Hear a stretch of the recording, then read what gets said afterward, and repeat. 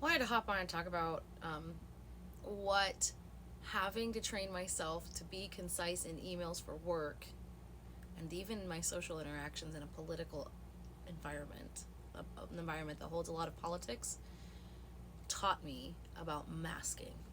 So there are many forms of masking, right? And you hear this term brought up about individuals who are neurotypical. What it often means is people will tend to mirror their social environments or their social antics of their friends and family and people they're interacting with, um, or or there's the other part of masking, which is learning how to be concise, basically picking out pieces of yourself that you're willing to put forth, and then holding back sort of all the other small details that sort of make up that component. And those two are different forms of masking. I think the first one's often talked about because it's like the easiest tool. It's the easiest, like, quick thing to front load. So think of masking like, an email that you have to write to a coworker, and you have this long explanation. Say, you an event happened and you need to explain it, but you need to highlight the points that were important to take away from that event. So you sit down and you think, and you go, okay, I want to make sure they understand A, B, and C. And there's a bunch of details in between, but those main points need to be highlighted. So you learn how to pick out those big important pieces and highlight them so you're concise, right? And that's a lot of work. And there are some people who, in their masking, do that, and that's a huge ton of, like, front loading. Imagine doing that all the freaking time, and then people are like, why are you hiding, or why are you not as social, what's going on with you? Because that individual is burnt out, because they're constantly front loading that process of highlighting the important pieces and the details. Now, someone like myself can take a huge long string of stories, and my brain is really good with patterns, so I can hear the flow and I can hear all the details, and I can get both the macro and the micro view, meaning I can see the big picture and I can also see the importance of all the tiny details in between. But that is not always the priority for a lot of people. Part of that is because we have a really busy society, and there's a lot of information input constantly, either from the internet, from your job, from your social environment, and from the pressures of being whatever role you have in your family. So imagine all these complex things going on, and being concise is really important. So when you're at a job, people get a lot of information. So instead of downloading a ton of stuff onto them, you want to be concise, right? So they have the highlighted main points, so they know what to focus on. It's sort of like teaching people how to treat you. You want to highlight the main focal points that are important, right? Masking is like that in two ways. The first one, where you see people masking, where they're mirroring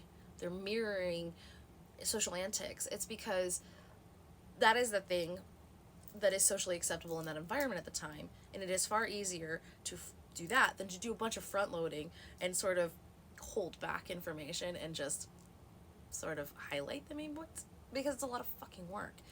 When you go on this path of authenticity, you start accepting that you're a little different and it's okay, and that there's a lot going on and you might be too much for some people.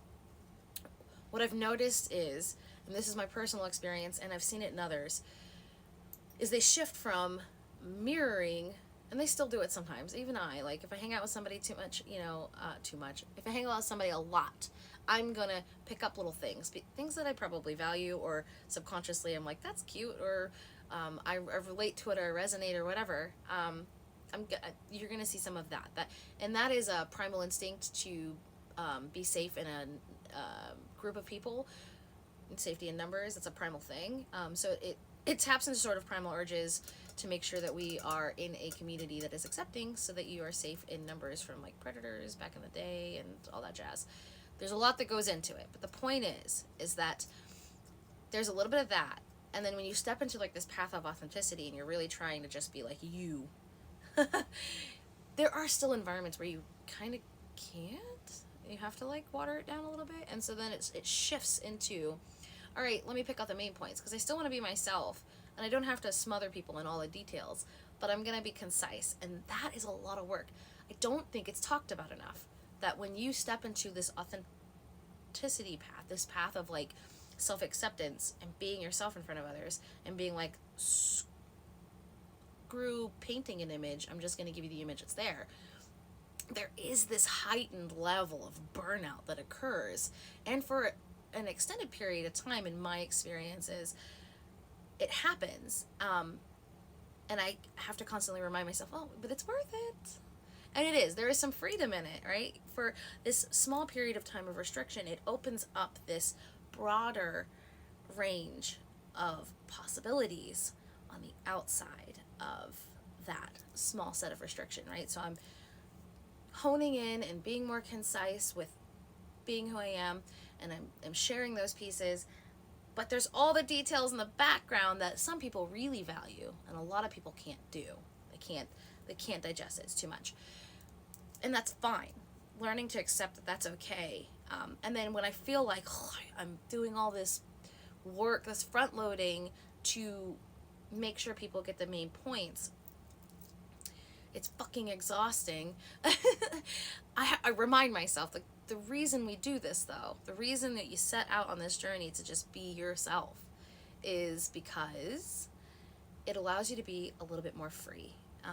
And so it's more a process. And I thought, I never drew the conclusion of being concise in an email at work with sort of this form of masking until recently, when I was discussing sometimes setting a limitation for yourself, so that on the short, longish term end of things, it opens up a bigger range of possibilities. And this is applicable in so many ways, not just personal choice, personality,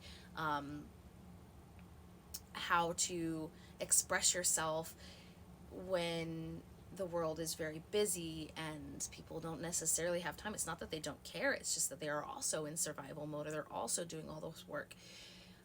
And we all only see from our own perspective, right? It's our own little world, our own little movie that we're going through, our own little perspective. And how you permeate those things.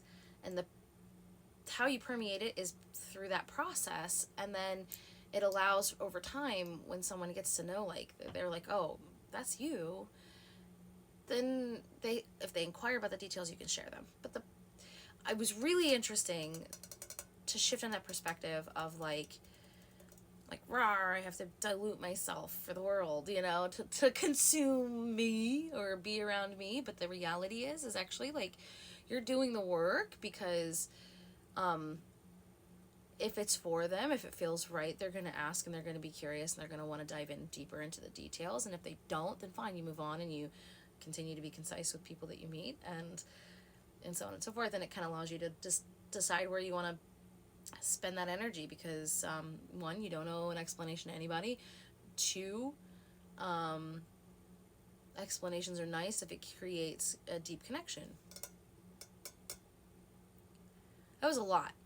I decided not to be very concise for this video about masking and being concise, but worth every second, because I know that there are a lot of others out there that feel the same way I do. So if you're doing this process, be gentle with yourself and be accepting, and remember that when you start that journey, I mean, I'm years into it and I'm still like, rawr, I don't like having to